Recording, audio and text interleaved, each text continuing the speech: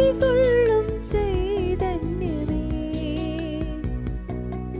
ഒരു വേള പോലും ഞാൻ പിരിയാതെ പാടിടാം. ആത്മാവിൽ നിറയുന്ന സങ്കീർത്തനം, അകതാരിൽ നിന്നുയരും സ്തുതികീർത്തനം, ഓരോ അണുവിലും കുടികൊള്ളും ചൈതന്യമേ, ഒരു വേള പോലും ഞാൻ പിരിയാതെ പാടിടാം.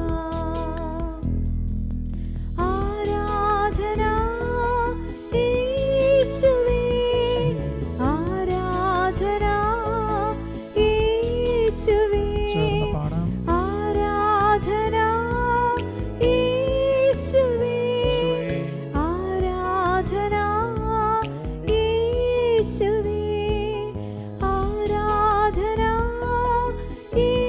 യേശുവേ, ആരാധന യേശുവേ, ആരാധന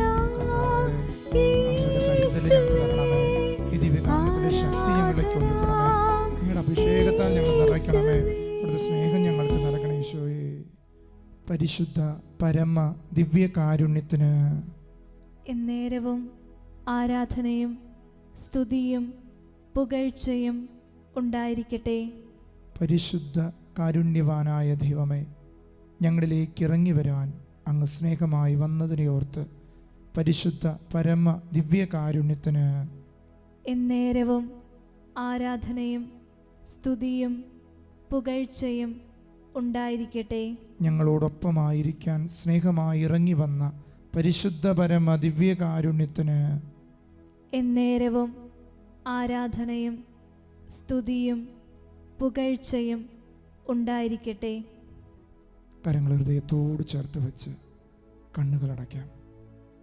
സ്നേഹമെന്ന വാക്കിൻ്റെ അർത്ഥമാണ് പരിശുദ്ധ കുർബാന.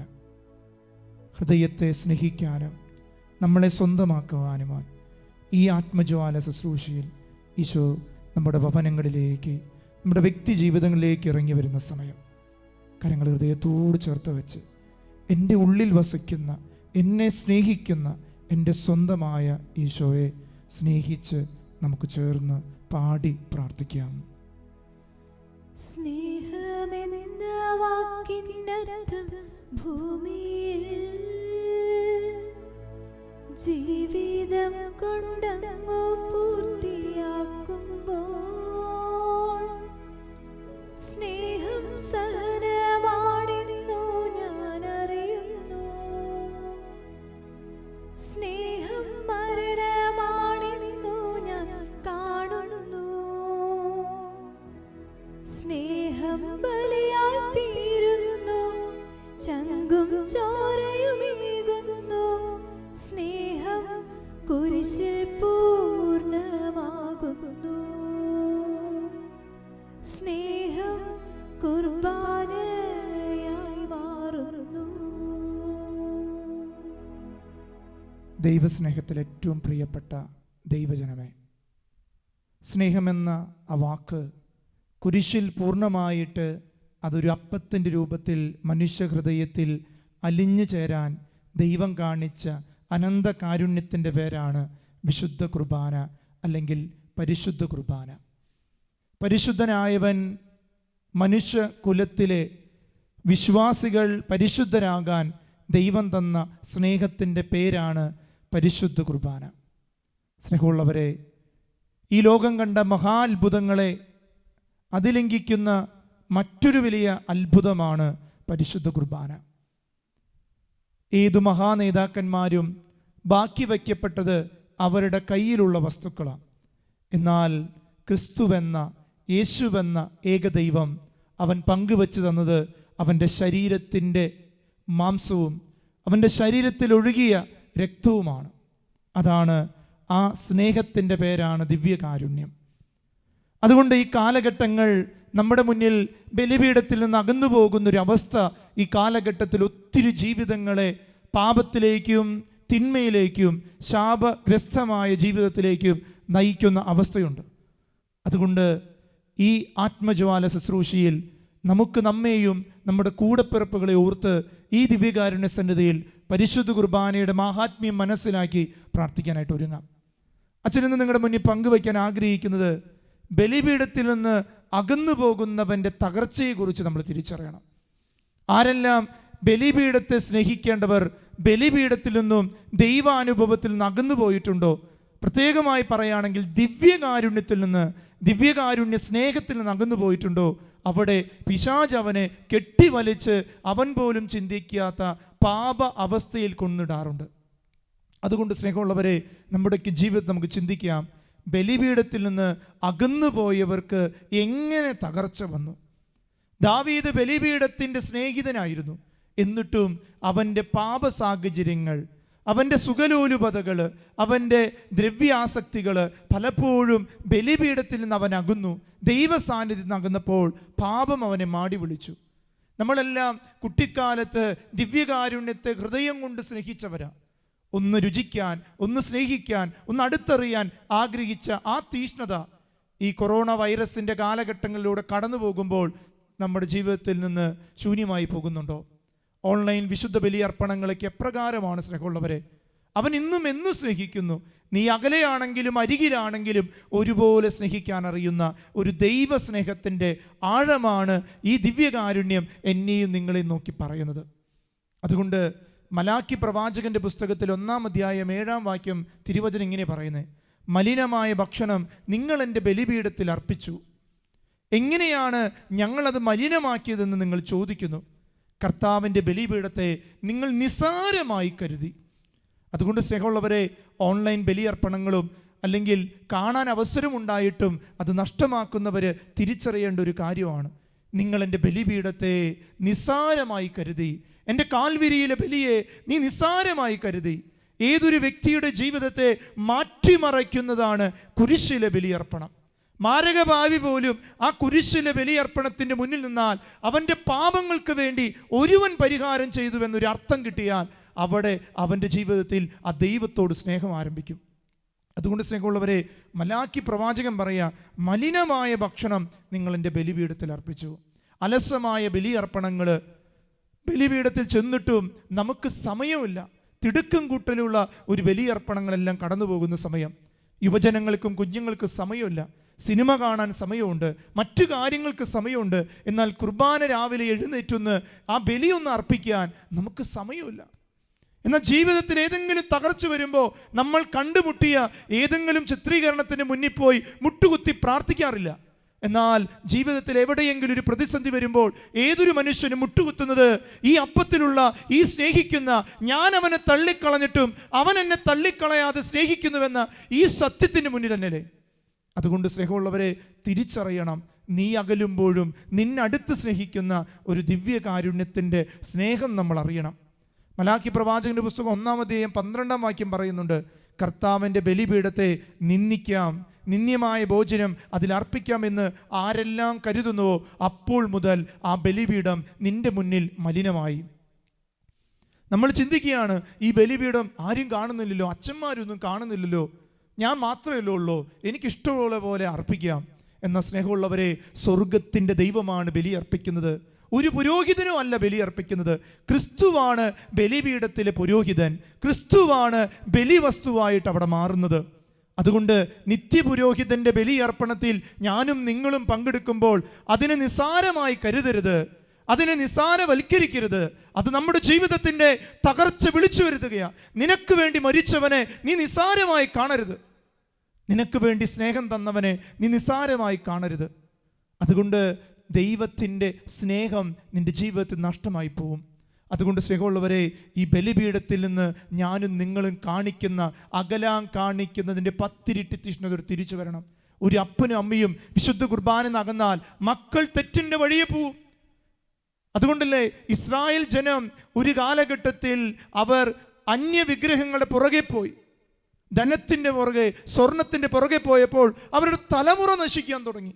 ഈ കാലഘട്ടങ്ങളിൽ മാതാപിതാക്കൾക്കും സമയമില്ല, മക്കൾക്കും സമയമില്ല. എന്നാൽ ഏതെങ്കിലും അനാഥാലയങ്ങളിൽ പോയിരിക്കുമ്പോൾ ഷാലോം ടെലിവിഷന്റെ മുന്നിലിരുന്ന് പ്രാർത്ഥിക്കുന്ന അനേകം മാതാപിതാക്കളെ ഈ അച്ഛൻ കണ്ടിട്ടുണ്ട്. സ്നേഹമുള്ളവരെ, ഒരു കാലഘട്ടത്തിൻ്റെ യൗവനങ്ങളിൽ ബലിപീഠങ്ങളിൽ നിന്ന് അകന്നുപോയവർക്ക് പ്രായാധിക്യം ബലി മാത്രം ആശ്രയമായി മാറി. പെറ്റു വളർത്തിയ മക്കൾക്ക് പോലും ബലിപീഠത്തിൻ്റെ സ്നേഹം പങ്കുവയ്ക്കാത്തതുകൊണ്ട് അനാഥാലയങ്ങളുടെ തെരുവീതികളിലേക്ക് അവരെ വലിച്ചെറിഞ്ഞ് അവരും ഇപ്പോൾ സുഖിച്ചുകൊണ്ടിരിക്കുക. അവർക്കും മറ്റൊരു മുഖമല്ല ഇനി കാണാനുള്ളത്, ഇത് തന്നെയാണ്. അതുകൊണ്ട് സ്നേഹമുള്ളവരെ, തിരിച്ചറിയുക ബലിപീഠത്തിൽ നകന്നവന് തകർച്ചയുണ്ട്. ദൈവം സ്നേഹിച്ചത് അവൻ്റെ ബലിപീഠത്തിലാണ്, അവൻ്റെ ശരീരമൊഴുകുന്ന ബലിപീഠത്തിൽ, അവൻ്റെ രക്തം മുറിയപ്പെടുന്ന ബലിപീഠത്തിൽ നമുക്കൊരു കൃപയുണ്ട്. അതുകൊണ്ട് ഇങ്ങനെ പറയാറുണ്ട്, വിശുദ്ധ കുർബാന നിനക്ക് ദൈവത്തിന് തരാവുന്ന ഏറ്റവും വലിയ സമ്മാനമാണ്. നിനക്ക് ദൈവം തന്ന സമ്മാനങ്ങളിൽ നീ നോക്കിക്കോ, കണ്ണിനോ കയ്യിനോ അല്ല, അവനവൻ്റെ ശരീരം വിളമ്പി തന്നതാണ്.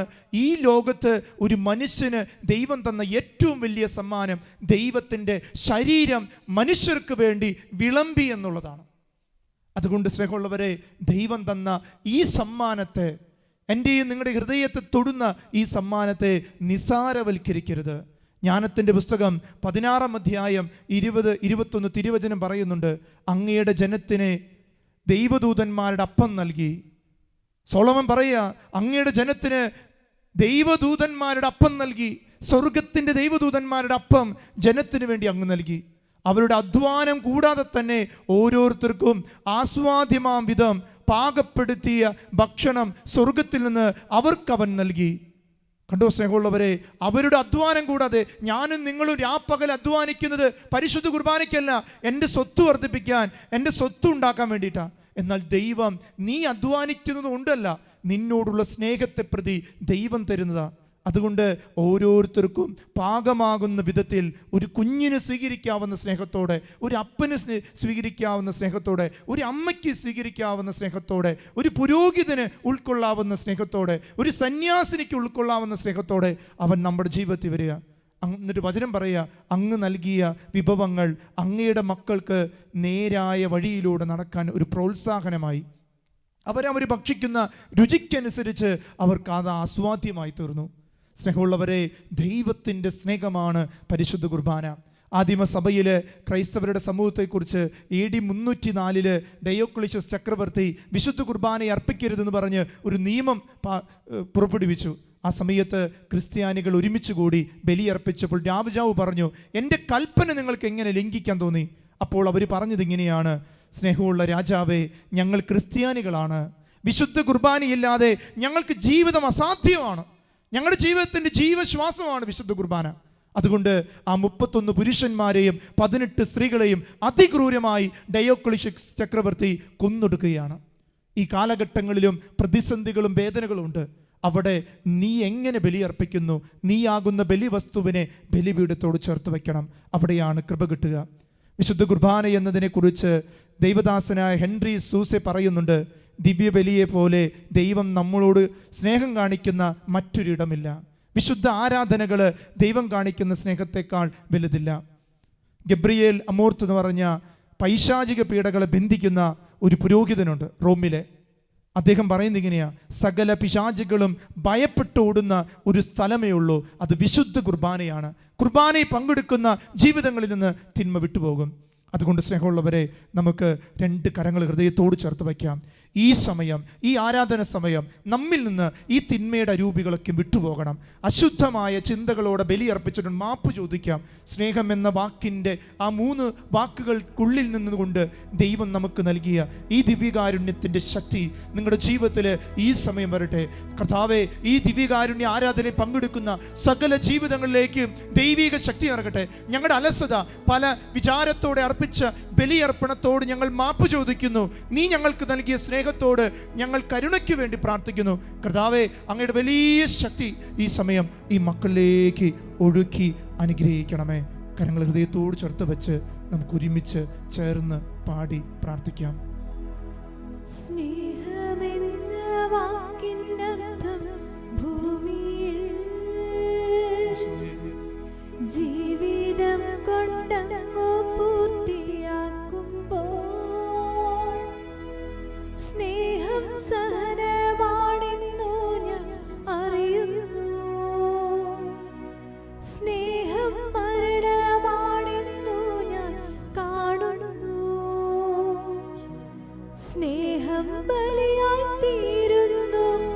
ചങ്കും ചോരയുമേകുന്നു, സ്നേഹം കുരിശിൽ പൂർണ്ണമാകുന്നു. സ്നേഹം കുർബാനയായി മാറുന്നു. കരങ്ങൾ ഹൃദയത്തോട് ചേർത്ത് വെച്ച് അച്ഛൻ ചൊല്ലിത്തരുന്ന ഓരോ പ്രാർത്ഥനയ്ക്കും ഞങ്ങളെ അനുഗ്രഹിക്കണമേ എന്ന് ചങ്ക് പൊട്ടി പ്രാർത്ഥിക്കണം. ഞങ്ങൾ അനുഗ്രഹിക്കണം. ഞങ്ങൾ അനുഗ്രഹിക്കാതല്ലാതെ ഈശോയെ ഞങ്ങൾ ഇവിടുന്ന് പോകില്ല. ഈ ദിവ്യകാരുണ്യത്തിലുള്ളത് ഈശോയാണ് ഞങ്ങൾ വിശ്വസിച്ച് ഏറ്റുപറയുക. ഓരോ പ്രാർത്ഥനയ്ക്കും ഞങ്ങളെ അനുഗ്രഹിക്കണമേ എന്ന് സമൂഹം ഒരുമിച്ച് പ്രാർത്ഥിച്ച് നമുക്ക് ഈ അനുഗ്രഹം സ്വന്തമാക്കാം.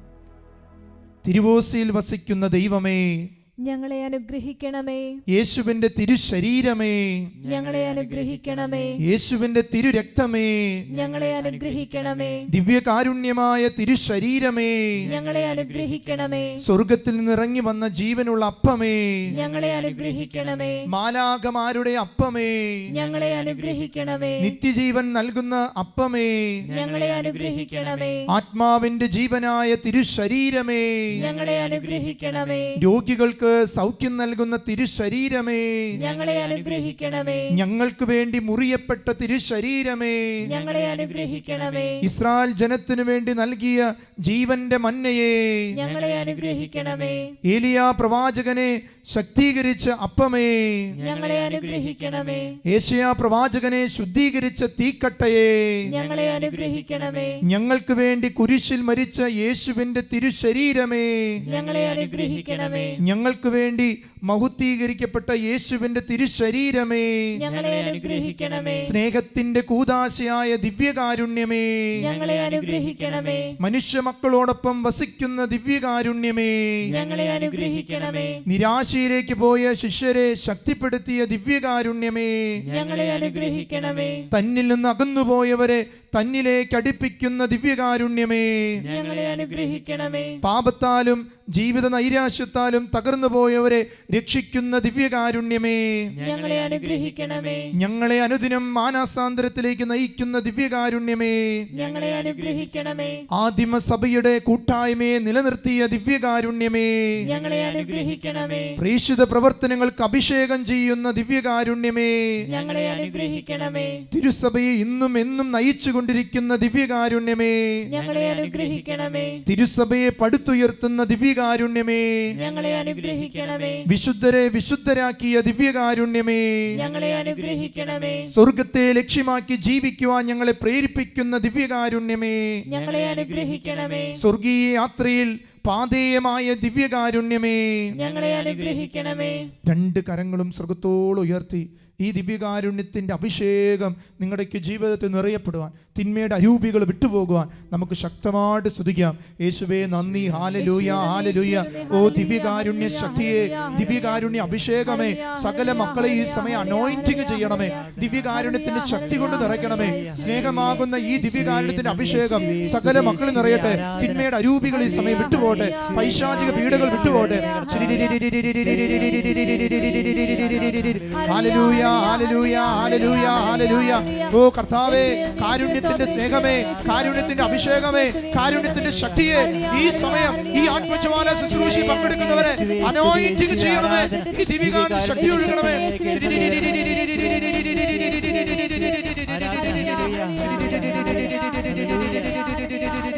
കരങ്ങളടിക്കാം, കണ്ണുകളടച്ച് മനസ്സ് ശരീരಕ್ಕೆ വിട്ടുകൊടുക്കുക. ഇതൊരു അഭിഷേകത്തിന്റെ മണിക്കൂറാണ്. ഈ അഭിഷേകത്തിന്റെ കൃപ നിറയപ്പെടാൻ വേണ്ടി പ്രാർത്ഥിക്കാം. കൈകൾ അടിച്ച്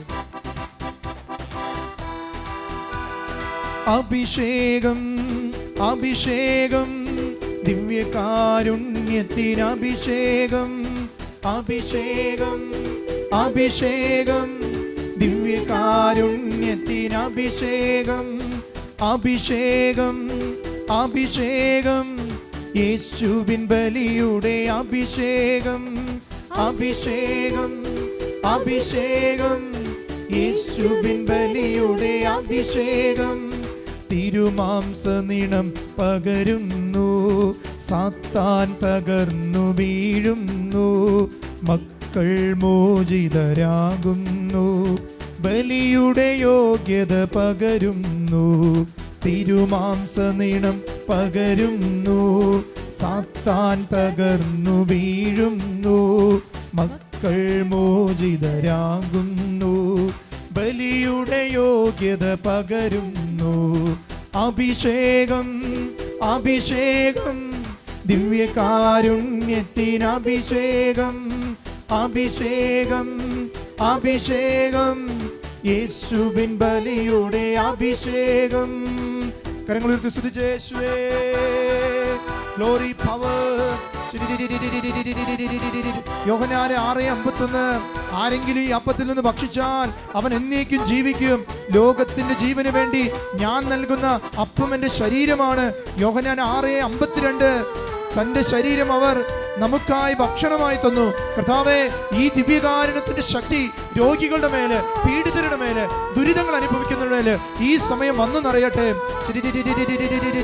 യോഹന്നാൻ 6:56 എൻ്റെ ശരീരം ഭക്ഷിക്കുന്നവൻ മാത്രമേ നിത്യം ജീവിക്കുകയുള്ളൂ. എന്തെന്നാൽ എൻ്റെ ശരീരം യഥാർത്ഥ ഭക്ഷണമാകുന്നു, എൻ്റെ രക്തം യഥാർത്ഥ പാനീയമാകുന്നു. കർത്താവേ, വിശുദ്ധ കുർബാനയെ സ്നേഹിക്കുന്ന മക്കളെ വിശുദ്ധരാക്കി മാറ്റണമേ. വിശുദ്ധ കുർബാനയ്ക്ക് വേണ്ടി ദാഹിക്കുന്ന മക്കൾക്ക് വിശുദ്ധ കുർബാന ലഭിക്കാനുള്ള കൃപ കൊടുക്കണേ ഈശോയെ. കൈകളടിച്ച് പാടി പ്രാർത്ഥിക്കാം.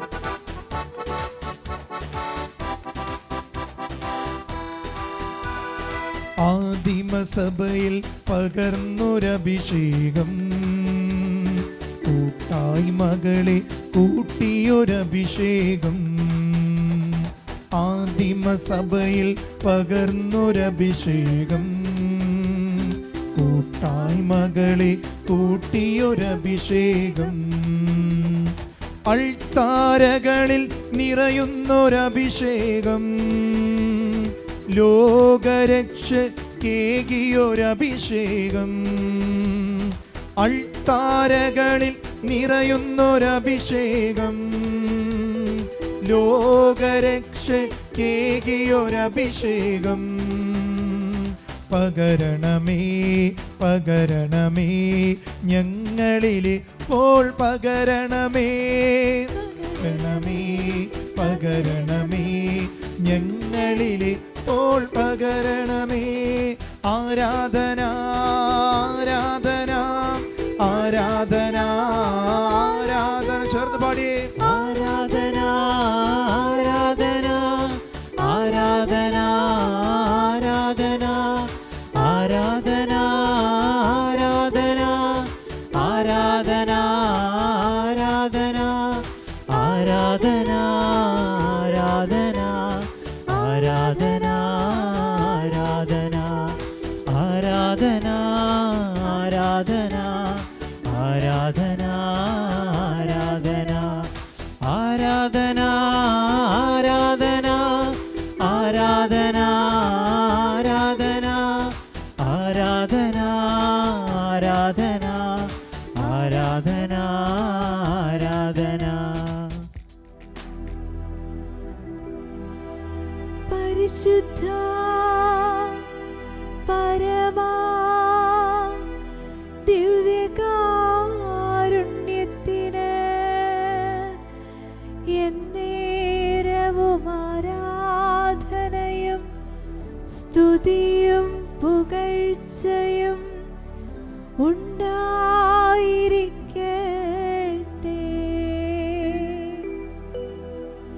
പരിശുദ്ധ പരമാ ദിവ്യകാരുണ്യത്തിന് എന്നേരവും ആരാധനയും സ്തുതിയും പുകഴ്ചയും ഉണ്ടായിരിക്കട്ടെ.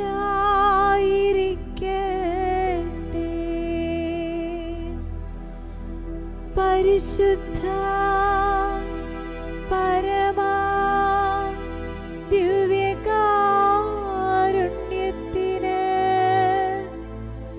എന്നേരവും ആരാധനയും സ്തുതിയും പുകഴ്ചയും ഉണ്ടായിരിക്കട്ടെ.